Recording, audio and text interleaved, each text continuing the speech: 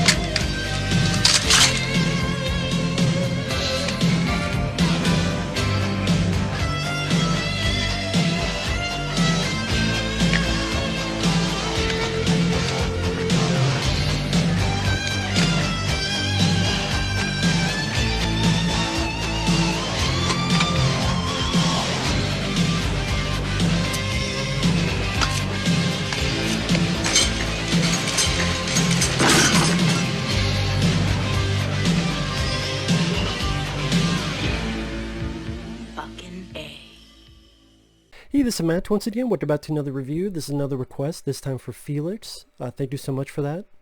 If anyone's ever interested in requesting pretty much any type of video, you just send in requests directly to my PayPal or join me on my Patreon.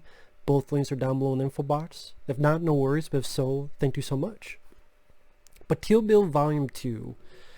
Now, I believe I saw this in the theater as well as the first one, and while I do enjoy the first one more, I do like this one. The first one is much more of an action thrill piece. This one is more slowed down, more story. Although there's quite a few stuff to enjoy in this one. Here the bride gets more of her revenge as she goes after Michael Madsen's character. Then you have Daryl Hannah's character. And ultimately Bill himself, played by David Carradine. Sam Jackson makes a cameo when you have the flashback to the bride's wedding and Sam Jackson's playing the piano.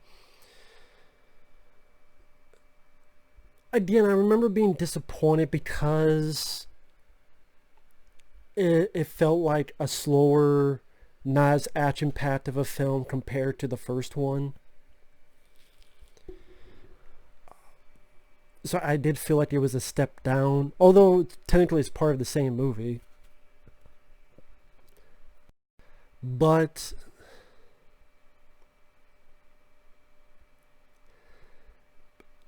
the cast do their jobs well. It still has a great usage of music.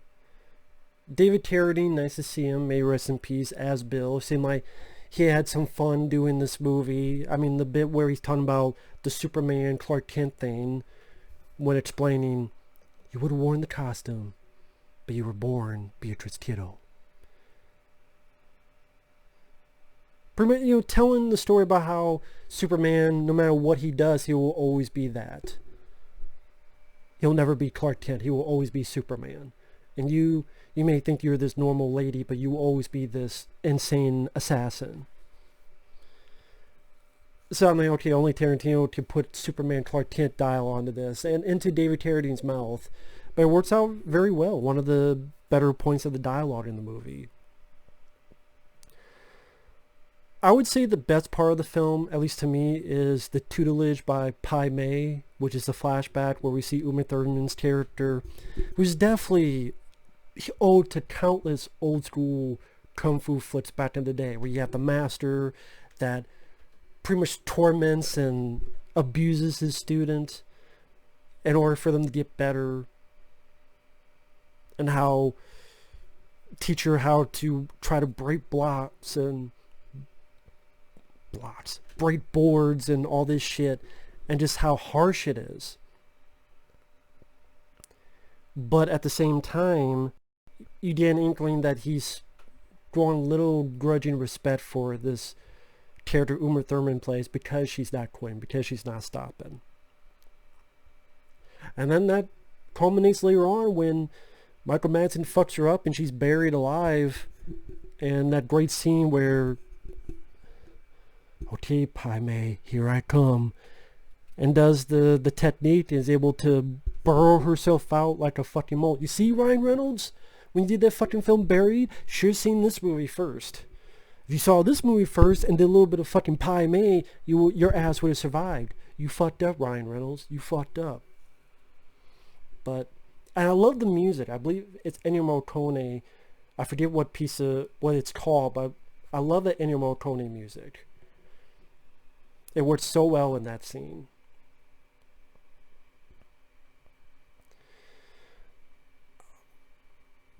Again, the action scenes are not as insane. Like, you don't have anything as insane as the crazy 88 scene in the first one. And the way the film is structured, you don't have anything sadly too off kilter in a good way.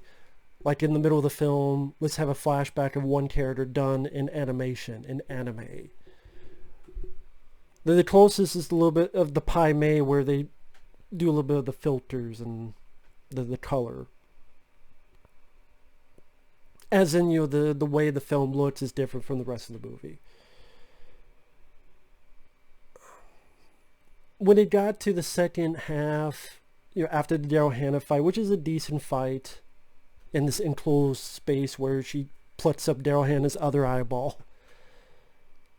I thought the way Michael Madsen went out was pretty lame, because Uma Thurman didn't even kill him. It was Daryl Hannah's ass who did it.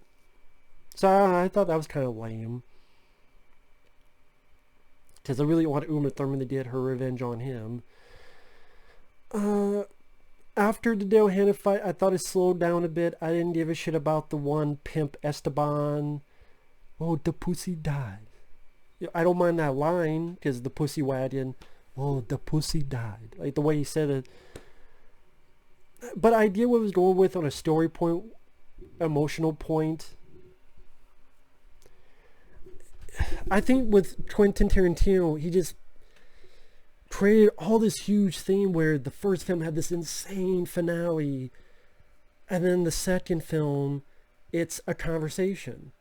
That's how it ends. Not with an action scene, not with a big extravaganza, but with a conversation. And on the one hand, it works on an emotional front because these were two characters, Uma Thurman, David Carradine's character, that did love each other. And she finds out why Bill did the way he did. And David Carradine does play the role very well. Maybe I overreacted.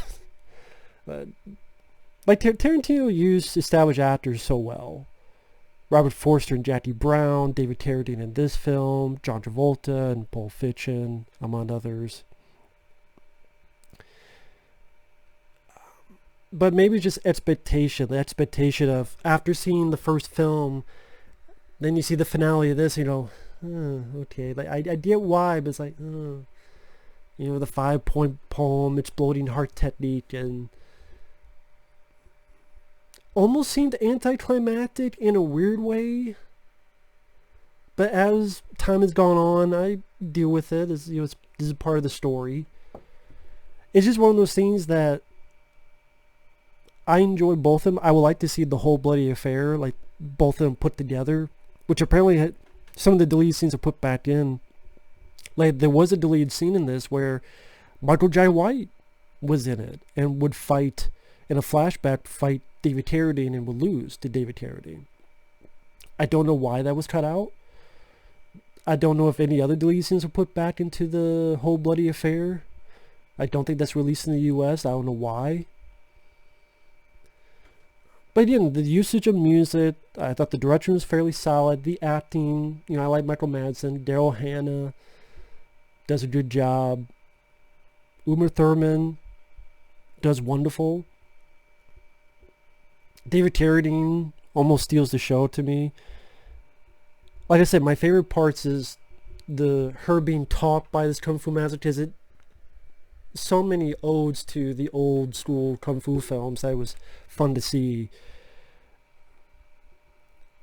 And like I said, her getting out of the grave with that, the way she does it, and the music. The music is an important part of that scene. I thought he picked the right piece of music. Great Ennio Morricone piece. at the end of the day, I mean, the sequel doesn't have as much for me to talk about compared to the first. Again, I liked it less than the first. A few pacing problems I have, expectation of just this. You have a second film that seems has less action, less style, less comic book in a weird way. After the fast-paced, non-stop adrenaline rush of the first one, now you're slowing down. There's a part that's like, I don't want to slow down. But you get why, because you have the part in the movie where the flashback where she realizes she's pregnant, and an assassin tries to kill her, and they have a little talk about it.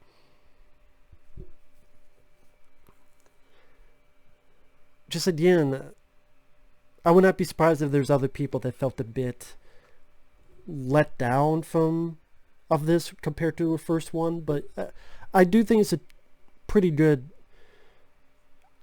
back-to-back experience.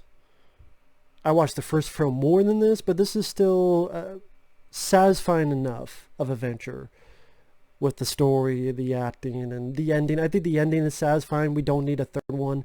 I know there's been talks of a third one where, yeah, Vivica Fox's daughter is going to grow up and hunt down and kill the bride, and then her daughters. No, I don't need to see that shit. I don't need to see the daughter of the bride become the bride of Frankenstein. I don't need to see that shit. No. And since Tarantino is only going to make like 1-2 more movies, we won't get that, so I'm glad. Just give us the whole bloody affair in the U.S. Is that fine? Is that okay? If it is, please let me know where it's at. God damn, man. Please. With that said, I still had fun watching this again. And I don't think it's as good as the first one, but I still like it. So, thanks for watching. Take care, and we will see you in the next video. Later.